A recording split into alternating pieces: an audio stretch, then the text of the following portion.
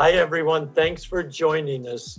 We have two terrific poets with us today, Suzanne Lummis and Kim Dower. Suzanne will read first and then Kim. Suzanne Lummis was a 2018/19 COLA City of Los Angeles Fellow in Poetry. Her poetry has appeared in Plowshare's New Ohio Review Plume and in the New Yorker. Heyday Books imprint Roundhouse Press published her collection In Danger as part of the California Poetry Series, and her poetry manuscript Open 24 Hours won the Blue Lynx Award and was published by Lynx House Press. Poetry.la produces her YouTube series on contemporary poetry and film noir. They write by night. She has taught for many years through the UCLA Extension Writers Program. Lummis's Really Mystic River was recently chosen by the Los Angeles Times as one of the 110 essential books on Los Angeles. Congratulations, Suzanne. 14. It was 14 essential poems or poetry collections rather than 110. Although 110 would be even better, wouldn't it?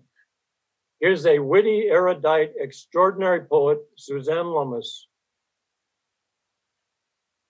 Okay, I'm ready to go. All right, and I think since you mentioned it, Harry, there's a little article that came out a couple of weeks ago that identified 14 essential poetry collections or poems. And since this poem was one of the 14, I'm going to read this poem because it's, at least the claim is, it's essential to LA in some way. So let's find out if it is. It's called Really Mystic River. And it was inspired by a little notice in the Associated Press in 2007. And it went like this. To raise awareness of it, the Los Angeles Conservancy posted signs over bridges reading Los Angeles River with a silhouette of a heron. Almost immediately, they began getting calls from people asking, where could they find the river? Our poor neglected LA River. So here's my response to that. There's the Ganges River, Ganges Ma, sacred mother. Once it flowed over heaven, then to soften its fall down to earth, Shiva caught it in the net of her hair. There's the Nile, longest of all rivers. Men searched for centuries to find its headwaters, its hidden source. It raised up a great golden people. Thus spoke Herodotus. Egypt was the gift of the Nile. The Amazon, the voluminous one, fed by torrential jungle rain, it feeds the sea to its fullest. It drives its giant snakes, monstrous fish across the beltline of the world. Then there's the LA River, the most mysterious watercourse of all. Who has seen it? Where can we find it? It flashes past our blind spots when we're looking toward the other lane, trying for an opening we can push our way through. They say all rivers head toward the sea. They say no one steps in the same river twice. But what of the Los Angeles River? We've heard that in the waning of heat waves on a night of new moon, one heron like a white shadow moves through its currents, wistful as if it were the last of its kind. We've seen its cryptic symbols stamped on signs on certain wayward bridges at the edge of town, and always the same strange, troubling words. Los Angeles River. The old masters say, what you search for is already before you. What you desire, you already possess.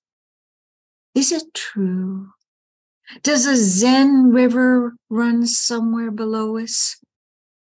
We glance past the bridge and see only thin fluid riding that concrete down there, shaggy with moss. Who can take us to the river? Can you? Can you drive us to its banks? Can you make it appear? We've done Atlantis and Shangri-La. We've done the lost city of the Incas on a package tour. We've studied yoga and the mystic rites, but we want a miracle, un milagro, what the Chinese call shengji. What can't be sold, be bought? We need the terror of the truly strange, its deep, sweet, running, transformative power. Where, please, por favor, donde es? Can you help us? Can you save us? Can you lead us to the LA River?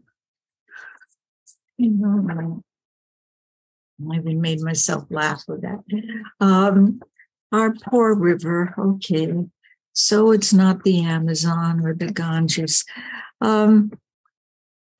Because I hear there are many actors possibly watching today. There's definitely Harry, and you count as 10 actors just all by yourself, Harry.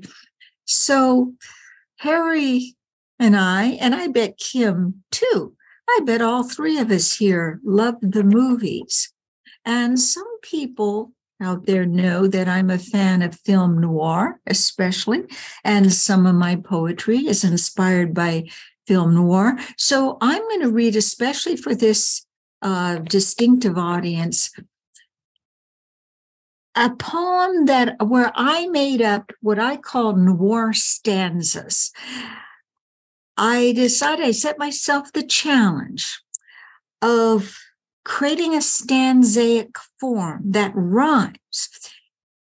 Each little piece, each little poem is 6 lines, and it rhymes A, B, C, C, B, A. So after the third line, you hear another line that rhymes with it, and then the lines move farther away from each other. And in each of these 6 lines, I aspire to capture the essence of a noir movie. If you haven't seen the movies lately, I hope I've at least given a sense of their dark core. And it is called Pieces of Advice, Noir Stanzas. Kiss Me Deadly, which, by the way, was directed by Robert Aldrich in 1955 movie. Don't crack the chest of devouring light. It will bite through bone, meat, hand that feeds it. Hell blown open blows a shrieking medley. Why do you think it's called Kiss Me Deadly? He treats women like guess, rhymes with it. Don't kiss a jerk named Hammer, first name Mike. Night and the City, directed by Jules Dassin, came out in 1950. Quit working all the angles. You're one piss poor angler. Your scams, ruses, that Greyhound racetrack thing, up in smoke. And now, control of wrestling in all of London town. When they drop you in the Thames, you'll be too dead to drown. Grifter, you staked your life on a promissory note. You're safe, except from these guys. Ditched husband, hood, and the Strangler.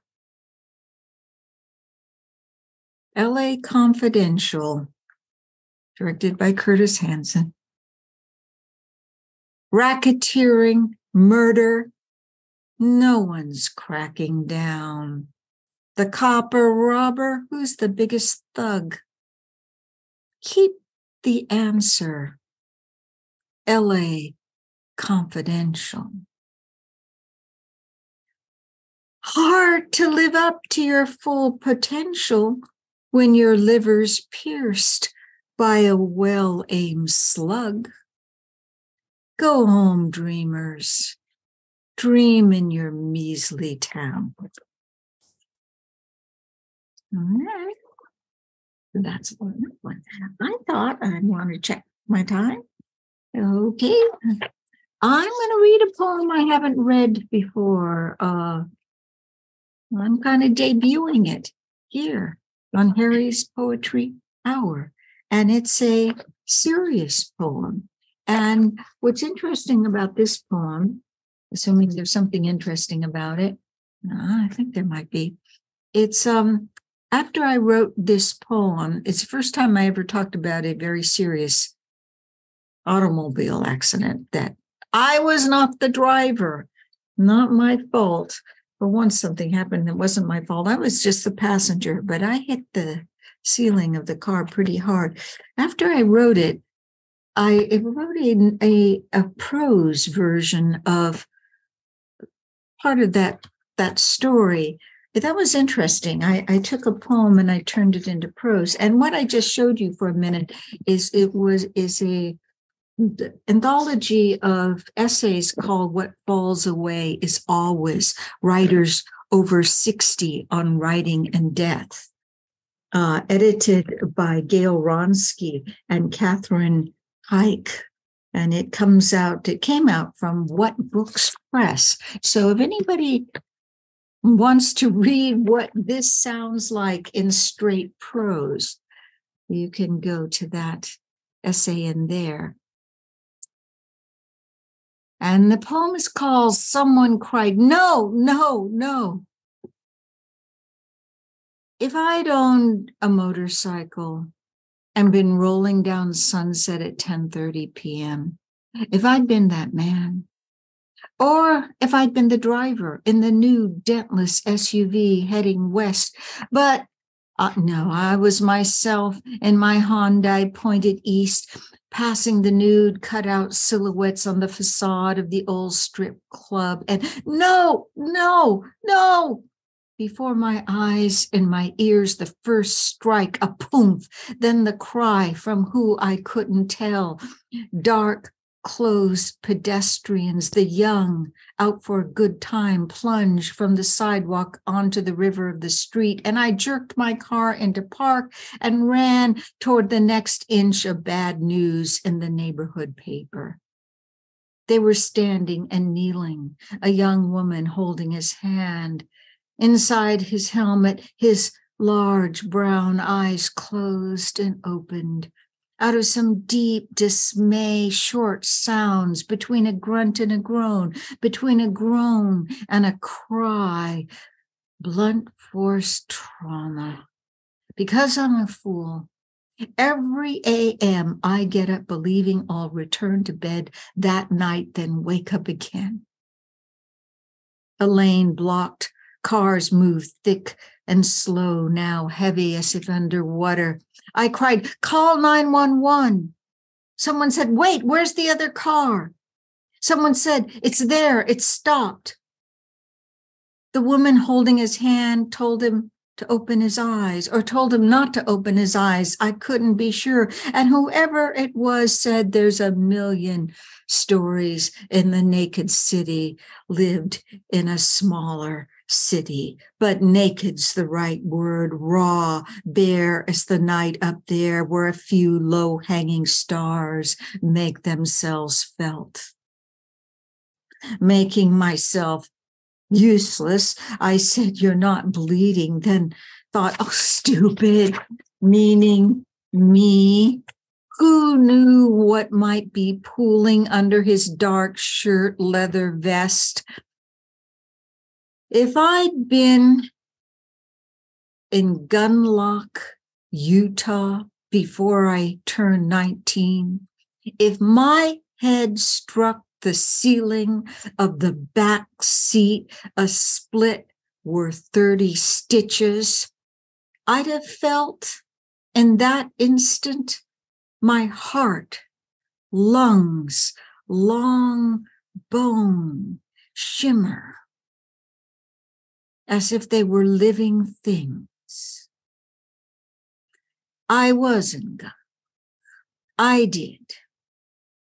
The girl from the front seat throne lay on the ground, calm and awake, still, everyone talking to her. Someone came to check where I sat, speechless on the car seat. "Susie's okay." And he left. No sound came from me. No sound could. Dwayne was a bad driver. So was the other guy. Another came and left. "Susie's okay." No one could see against my dark clothes inside the night. I clutched my soaked shirt, then held my palms to the air, the way one signs, "I've got nothing." Then, in the light of one headlamp, thin as cereal milk, they saw.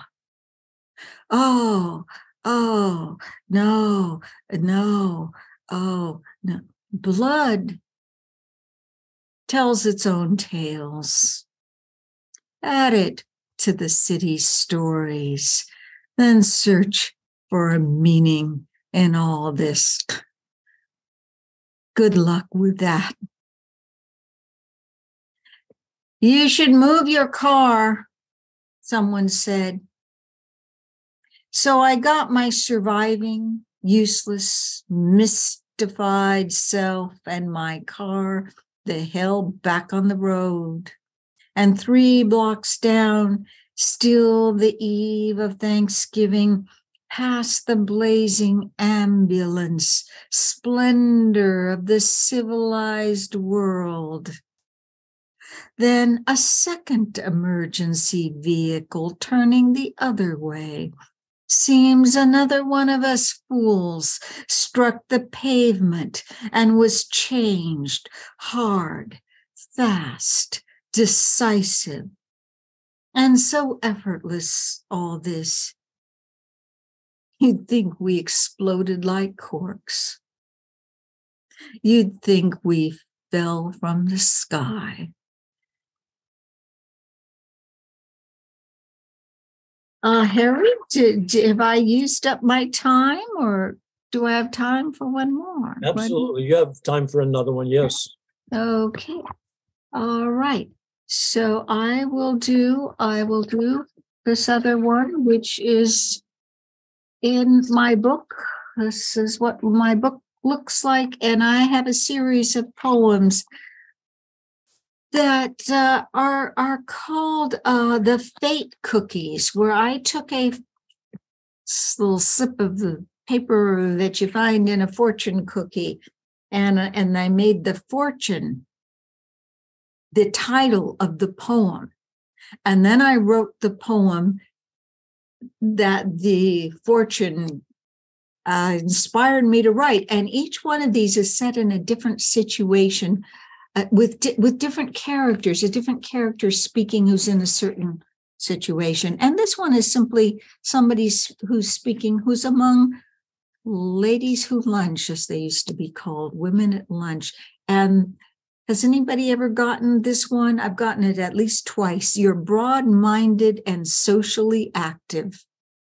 That's the title. I got that. I kept getting that, and I wanted something more adventurous and exciting than that. Anyway, so, all right.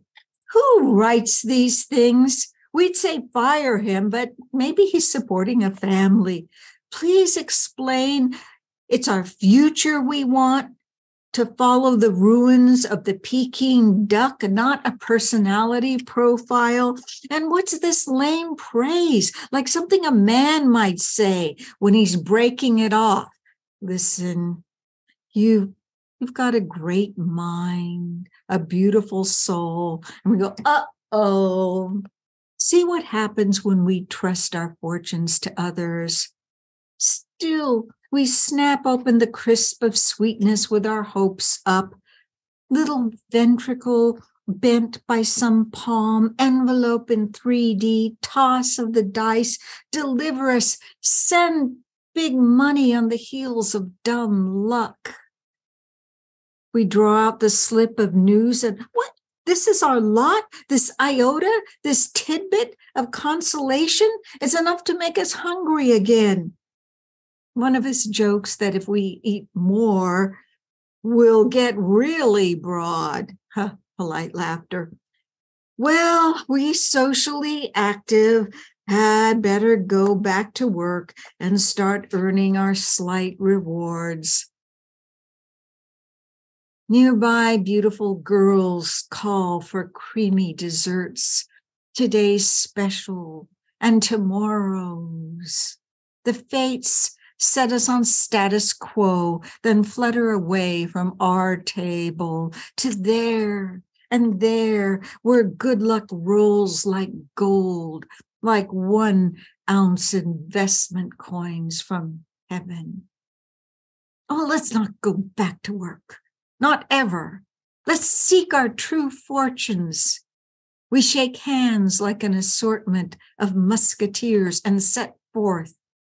Our dutiful bodies carry us along. Our minds lead the way. And the way is both broad and great. Okay. Thank you, Suzanne, and a lovely, inventive, and imaginative group of poems. I love the last poem. I always love your film noir poems. We have a few minutes to talk a little bit. I would just like to ask you a couple of questions. Sure. When did you write your first poem? Just before my 9th birthday. Whoa. And I think my birthday was coming up in about a month or so, and I was in Mexico, and there was a really gorgeous full moon, and we were in this little, I was in a little cabana, I think, where they had the slung hammocks, and my family was vacationing in Mexico, discount all the way, always the cheaper places, but that was okay. It was Mexico, it was a full night and a full moon. And I wrote a poem, and I went and showed it to my parents, and I said, I wrote a poem and I'm a poet. And they said, oh, that's nice, Susie. Because, who believes anything an 8-year-old says when they're going to become whatever, a ballerina or a poet or something. I know you're an actor. You're also a playwright. You're a teacher. You're an organizer. I mean, your LA Poetry Festival around, I don't know what years those were around. Those were through the the 90s, through the 90s, and the last citywide festival was in 2011. And then we did a lot of individual events and some at the Skirball Center, big sort of one day or one afternoon events. But yeah, you were in it, and you organized things for it too. You organized some very cool readings that were quite successful, I remember. Well, thank you. And you're also an editor. You edited the Wide Awake, the Poets of LA and Beyond, which I was in, and that's right. That was noted to be one of the top 10s of the LA Times book. That's true. I think that was 2015 or 2016. So yeah, I was honored to be in that. But my question that I'm getting to you is, with all of your different fields, they're all connected, but what is it that attracts you to poetry? Oh, it's the most concentrated, the most intense and concentrated form of language that it's possible to engage in, I feel. And I've done quite a few things. My plays have been produced in a couple cities, and I wrote for the little downtown newspaper through the 80s. And I wrote the memorial piece, the full one-page memorial piece for Bukowski for the LA Times Book Review. And I've written reviews, so I've written prose, I've written essays, creative nonfiction, I guess, and what else? I've fooled around even with songwriting. Nothing is as intense and concentrated as poetry. It takes you into the absolute heart of language. I like that, what you said, Suzanne. And as a poet in LA who's seen many, not all of them, but quite a few of the events that you have done, I just want to thank you for not only your own brilliant poetry, but all that you have given to the LA poetry and beyond community. You're one of the leaders of Los Angeles poetry. So I want to thank you very much. And you too. I want to thank you too, Harry, for pretty much all the same things, because you also have been active all your life. Since I've known you, I haven't known you all your life, but since I come to LA, which was 1979 when I came to LA, you were active and contributing and important then, and you still are. Well, thank you very much. I appreciate that, Suzanne. And so thank you for honoring us with your wonderful poetry. And it's a pleasure. And also, so thank you. And our next poet is Kim Dower. Kim Dower was City Poet Laureate of West Hollywood from 2016 to 2018, author of 5 collections of poetry, Air Kissing on Mars, quote, sensual and evocative, seamlessly combining humor and heartache, end of quote, said the Los Angeles Times. Her other books, Slice of Moon, Last Train to the Missing Planet, the Gold Ippy, if that's the right pronunciation, award-winning Sunbathing on Tyrone Power's Grave, and her latest, I Wore This Dress for You, Mom. I Wore This Dress Today for You, Mom. A fantastic collection, said the Washington Post. Dower's poems have been featured on Garrison Keillor's The Writer's Almanac, as well as in many journals and anthologies. She teaches poetry workshops for Antioch University, UCLA Extension, West Hollywood Library, and the Hollywood LGBT Senior Center. A joyful, warm, astonishing poet, Kim Dower. Thank you, Harry. And it was a joy listening to Suzanne, as it always is. I hear Suzanne, I just want to go put nylons on with a garter belt and sort of slinky dress and disappear into the night. Even in the morning. So anyway, do that too. I'm going to do that after this. I don't have a garter belt anymore though. So let's slink off into the night together. Yeah. Raise some cane out there.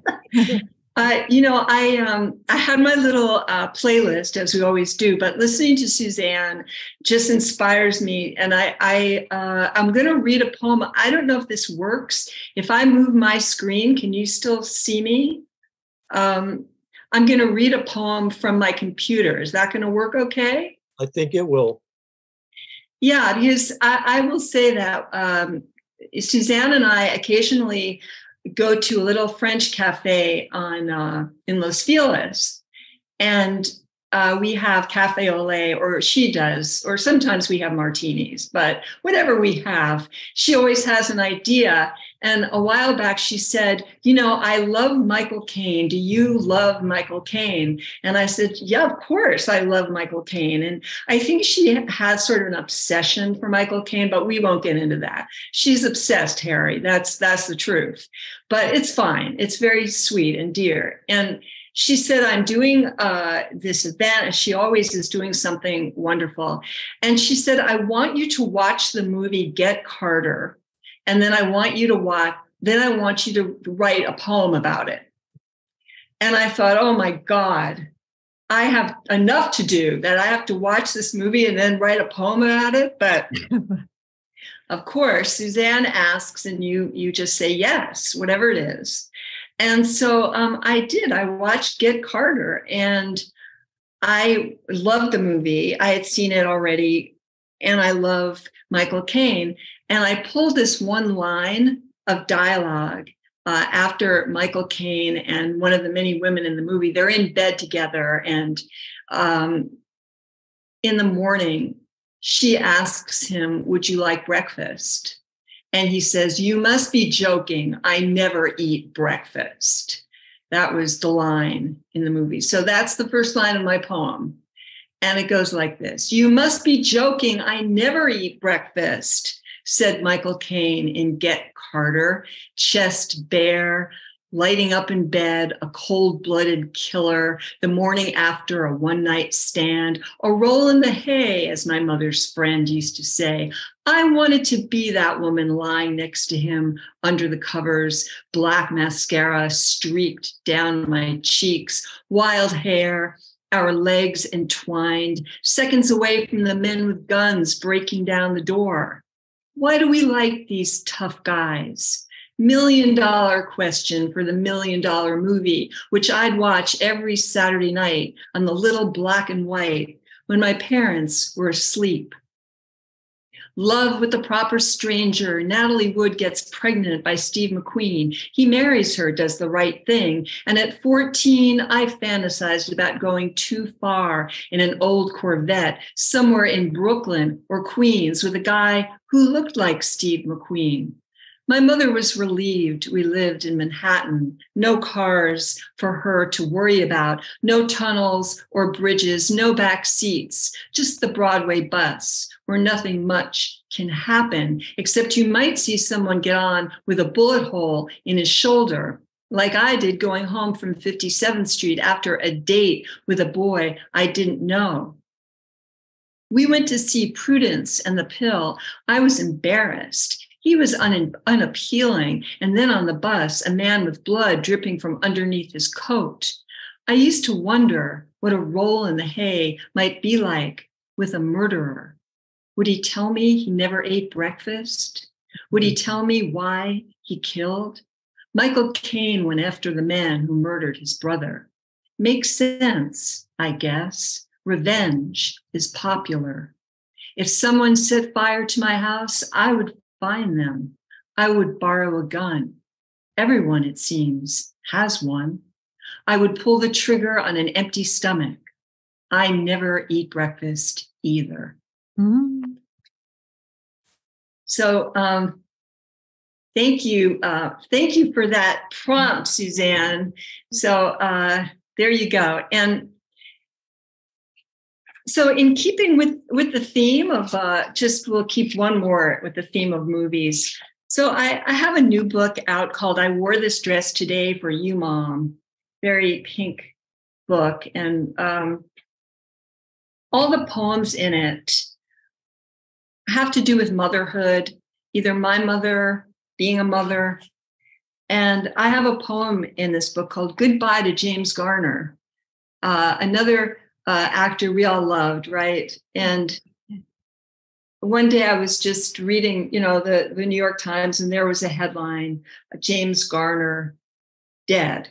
And I felt this wave of emotion come upon me, as we do with these headlines. We don't think of certain people for years and years, and then suddenly they're dead, and all this emotion pours through us, doesn't it? And so I sat down and I wrote Goodbye to James Garner. Fans loved him as Rockford, maverick, a man's man, had your back, cool, did the right thing.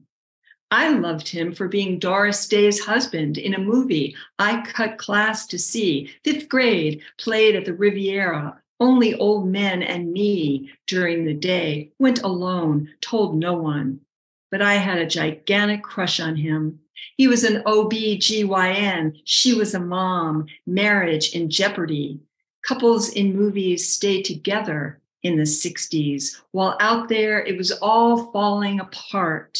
Women poised to flip their lives, months away from marching into a world of miniskirts, riots, shame, pillbox hats, flinging our boxy pink suit jackets and pumps into the sunset. Not even James Garner could have saved us. And this week, now more unrest, more wars unfolding. I'm stuck on the headline, James Garner dead. When I was 10, I needed a man I could count on, even one holding aces and eights. So tribute poems are, they always feel good to write, they just help, poetry, who said this? Merwin, I should know, but it's the clear expression of mixed feelings. And one thing, when we have mixed feelings, sad, mixed with happy sometimes, but what have you, sitting down to write can help us understand these mixed feelings, right? So I'm going to read a poem now from Sunbathing on Tyrone Power's Grave. Oh, here's another movie star reference. I used to, as a matter of fact, when I moved to Los Angeles from the East Coast, I would go sunbathe on Tyrone Power's grave at the Hollywood Forever Cemetery. He has a beautiful grave there, and but don't tell anybody because it was probably illegal or something. I was dressed, but nonetheless. So I want to read a poem from that book.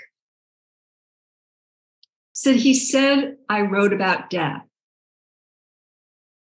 He said, I wrote about death, and I didn't mean to. This was not my intent. I meant to say how I loved the birds, how watching them lift off the branches, hearing their song, helps me get through the gray morning. When I wrote about how they crash into the small, dark places that only birds can fit through, layers of night sky, pipes through drains, how I've seen them splayed across gutters, piles of feathers stuck together by dry blood, how once my car ran over a sparrow. Though I swerved, the road was narrow, the bird not quick enough, dragged it under my tire as I drove to forget, bird disappearing part by part, beak, slender, feet, fretful, hot. I did not mean to write about death, but rather how when something dies, we remember who we love, and we die a little too. We who are still breathing, we who still have the energy to survive.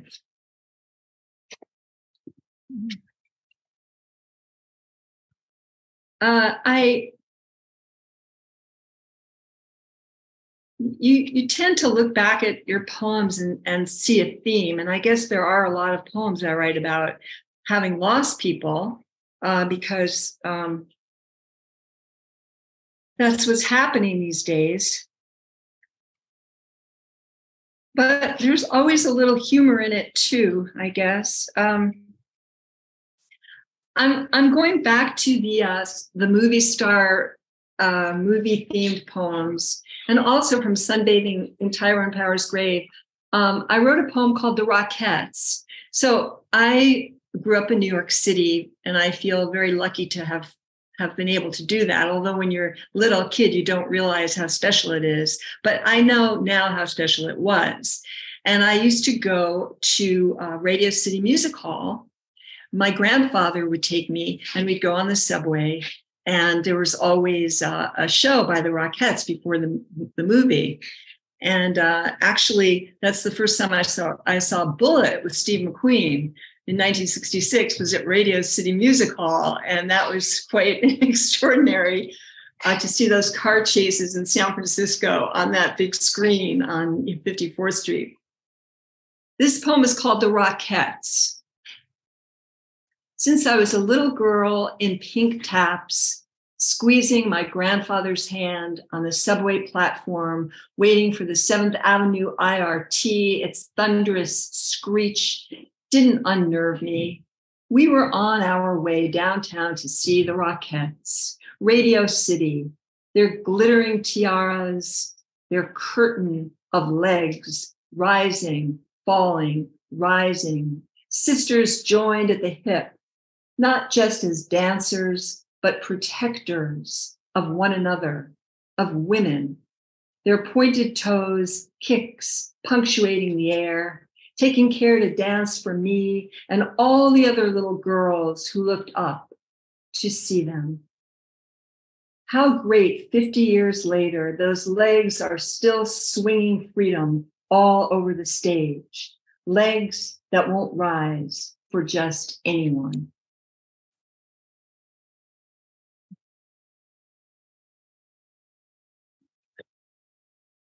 So I'm going to go back to, I wore this dress today for you, Mom, and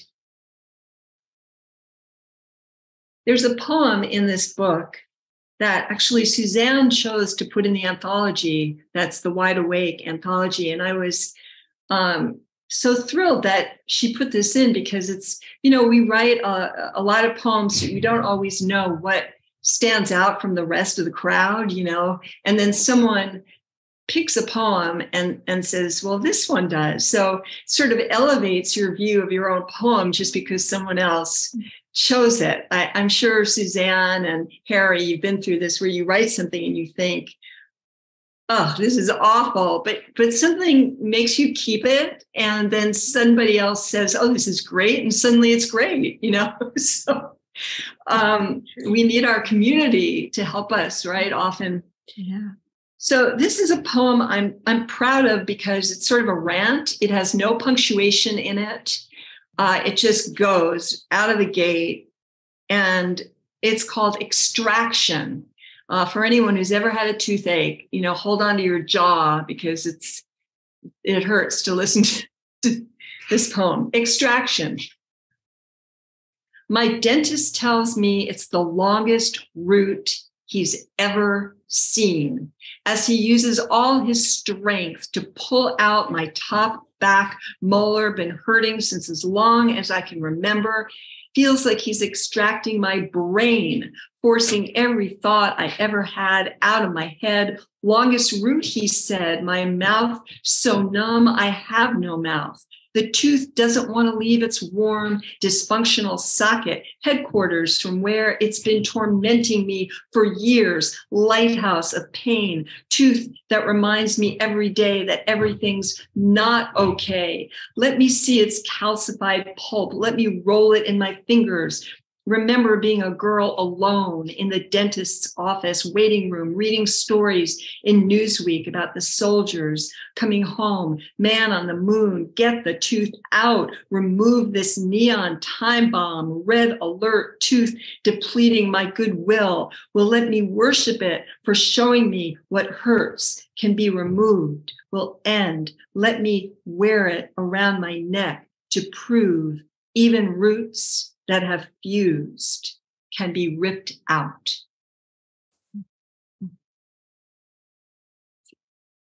So there's that. And that tooth is gone. And I did keep it. It's in my underwear drawer. I didn't know where else to put it. And I look at it sometimes and go, oh my God. So I feel like another rant poem. And this is another one with no punctuation. Poets, people always think that we poets only write autobiographical poems, which I take issue with because, of course, we get to make things up too. I mean, we get to lie just like novelists and tell crazy stories. But I guess these poems I'm reading are fairly autobiographical. I wish this one I'm going to read was made up, but it's not. So I'm going to read it. And it's based on, I'll just read it. It's called Huge Rat in Laundry Room. Huge rat in laundry room, written on a Post-it, stuck to the coffee maker. I read it first thing in the morning. My son wrote it the night he came home with his dirty clothes, dumped them in the laundry room. The rat, standing in the middle of the floor next to the washer, looked up at him. And when I saw the Post-it at 6 a.m., I wondered why he didn't scream when he saw the rat. And how did it get in under the cabinets? They can shrink down to the thickness of paper, their bones collapsing like years of memories. They can slink in or out of any hole, crawl space, sealed corner, squeeze themselves like toothpaste through a hair fracture in cement. I will imagine its nose bobbing around my laundry, sniffing panties in the dark, looking up at my son who came home last night to dump his clothes, have a bite to eat, sleep in the bed where he became a man. So that's pretty much a true story. If you ever come home to a Post-it that says huge rat in laundry room, you'll think of me. Though I hope you won't. Hope that won't happen to you. And I guess maybe time for 2 more poems, Harry? Or Yes. 1 more poem? Yeah, that would be fine. Another poem, and then we could talk a few minutes, or 2 poems. Let me see, to end it with a gentler, kinder poem. I feel like these have been very fast and furious. So I'm going to end with a poem that I wrote for my father. And it's called Thirst. My father never saw my house, though without his modest savings, we never could have bought it. My father didn't know his grandson past the age of 10, but today at 28, my boy has his eyes and many of his talents. My father died thirsty. We couldn't fill his needs. No one could. He had a big personality, my mother would say, sucked the air out of a room, needed you to pay attention to his every word, a wall of talk we wanted to jump over. My father could tell a good joke, do the accents, had the timing. Why wasn't that appreciated? He could sell anything, untangle a knot out of the most delicate chain. His stuff looked nice, his paintings framed.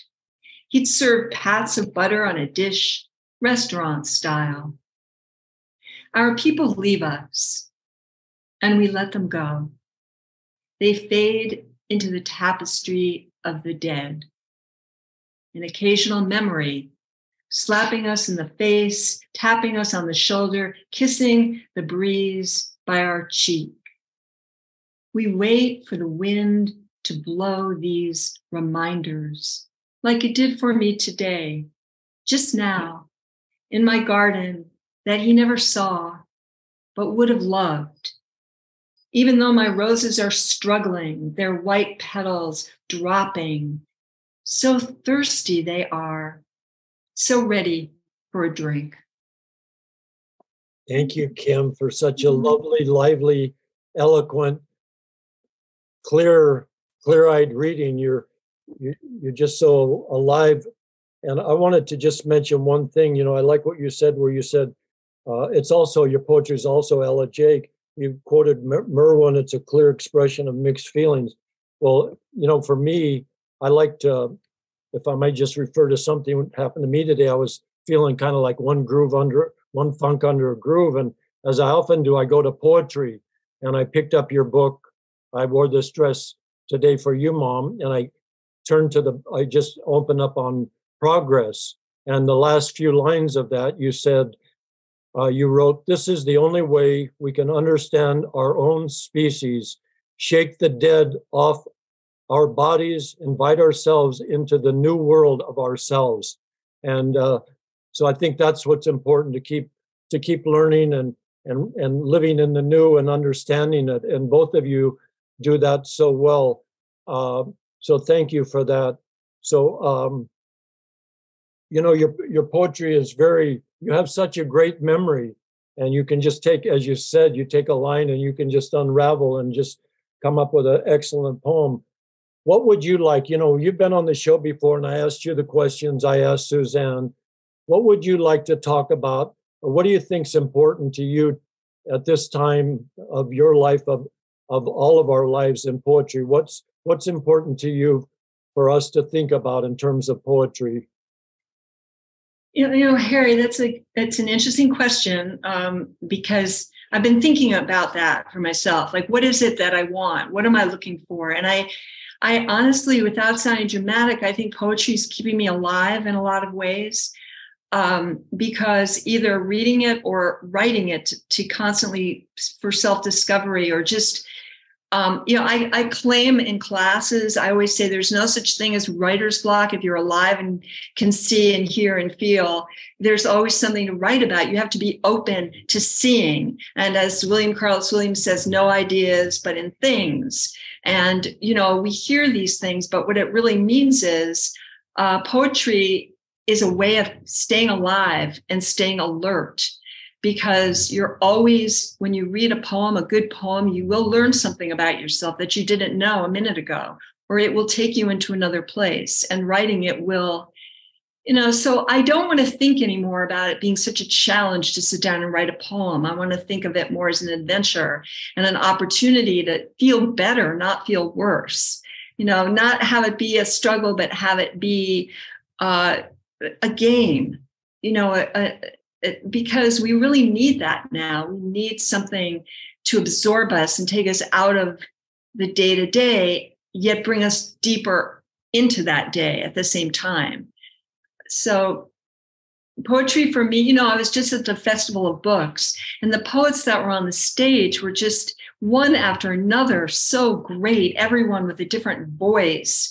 And it's amazing how the same, words that are at all our disposal can be used so differently by everyone, and how people use different rhythms and different music. And this makes you feel alive, makes you feel part of this fascinating, never-ending opportunity. There's not a chance to be bored when there's poetry.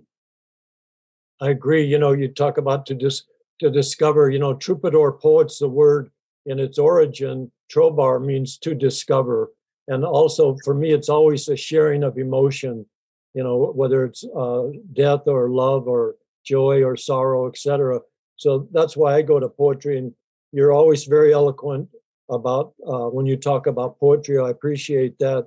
And, Susan, we have about 2 or 3 minutes left. Why don't you join the conversation, and let me ask you the same question I asked Kim. What do you think is important for us to, or for you, in terms of poetry today? Well, I want to slip into Harry.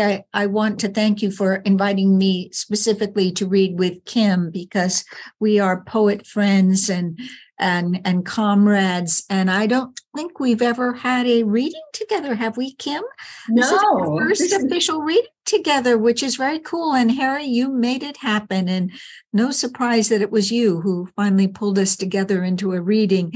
The engagement with the language in a time when people are moving away from language, from a conscientious and respectful use of language, because we have now maybe the second or by now the third generation or something that's growing up with whatever the little texting, the sort of, it's almost like the most primitive form of communication on the most advanced technology, where people don't even spell out words. I rarely texted, but when I do text, I have to spell out all the words. I have to make the capital letters, have to figure out how to put a period in.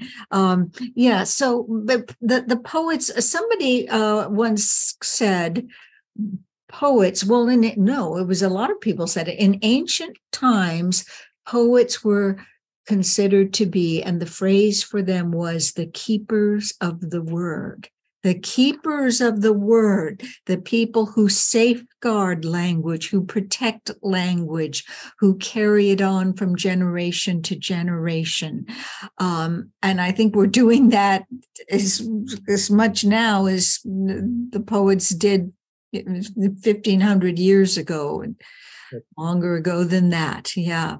Well, that's great, Suzanne. And, our time is up, but I also think it's important, for which we do, to listen to each other and to create harmony. And Kim used the word talks about poetry, keeps her sane. It keeps me sane too. I go to poetry. It's the one thing that actually does keep me sane. But you two are both, just superlative poets, and I treasure you both. And I'm thankful that you came on the show today to honor us with your wonderful poetry. So thank you, Kim Dower, and thank you, Suzanne Lummis. Thank you. Thank you, Harry. Thank you. Great. Thank you. I'll be back as an audience member next time. You guys had a very nice audience for this too, by the way. Great. Yeah, thanks to everyone who signed in on Zoom. That's great. Well, thank you again, Harry. And Suzanne, I loved reading with you. And so I don't know if she's still there. Anyway, bye, everybody. Bye. Thank you. Bye. Thank you so much. Bye. So, Harry, the question, as always, what's up next? Next Tuesday, May 2nd, is the late Holly Prado's birthday, and 10 writers, poets, teachers, artists, friends are going to read her poetry to celebrate what would have been her 85th birthday. And she was a member. She lived here at MPTF too, as you know. So thank you very much, Jennifer Clymer. Thank you, Harry. Bye-bye. Wonderful job today.